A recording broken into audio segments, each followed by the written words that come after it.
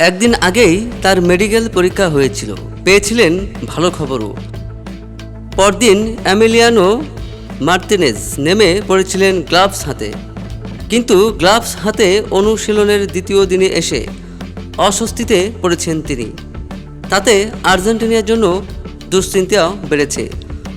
অনুশীলনের শুরুতে আল বিসিলেস্তে গোলরক্ষক দুই হাতেই গ্লাভস পরে নামেন, তবে কিছুক্ষণের মধ্যেই তিনি অস্বস্তি বোধ করেন। ব্যথায় কাতরাতেও দেখা যায় তাকে।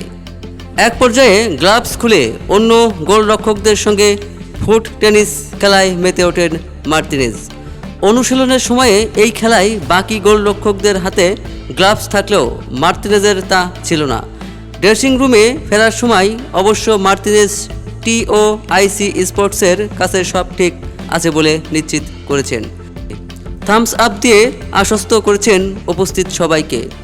ক্লাবে অ্যাস্টন ভিলার হয়ে খেলা আর্জেন্টিনিয়ান গোলরক্ষক ইউরোপা লিগের ফাইনালের আগে যা গরমের সময় তার ডান হাতের অনামিকা আঙ্গুলের হাড় ভেঙে ফেলেছিলেন, সেই চোটের পর গত বৃহস্পতিবার তিনি প্রথমবারের মতো গ্লাভস পরে অনুশীলন করেন। গ্লাভস পরে অনুশীলনের দ্বিতীয় দিনে এসে দুই হাত দিয়েই তার দিকে ছুড়ে দেওয়া বলগুলো গ্রিপ করেছিলেন, যেখানে আগের দিন তিনি ডান হাত ব্যবহারই করেননি। তবে এই স্বস্তির খবরটি বেশিক্ষণ স্থায়ী হয়নি, কারণ এর কয়েক মিনিট পরই তাকে ব্যথায় অস্বস্তিতে পড়তে দেখা গেছে।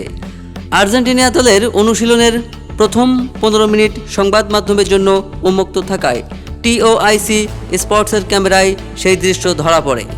হাতের এই সমস্যা নিয়ে বিরক্তিও প্রকাশ করতে দেখা গেছে তাকে। চোট পাওয়া আঙ্গুলটির জায়গায় এক ধরনের ব্যান্ডেজ দিয়ে আটকে দেওয়া হয়েছিল। কানসাই সিটি স্টেডিয়ামে আলজেরিয়ার বিপক্ষে আর্জেন্টিনার বিশ্বকাপের প্রথম ম্যাচ 17 জুন বাংলাদেশ সময় সকাল 7টায়।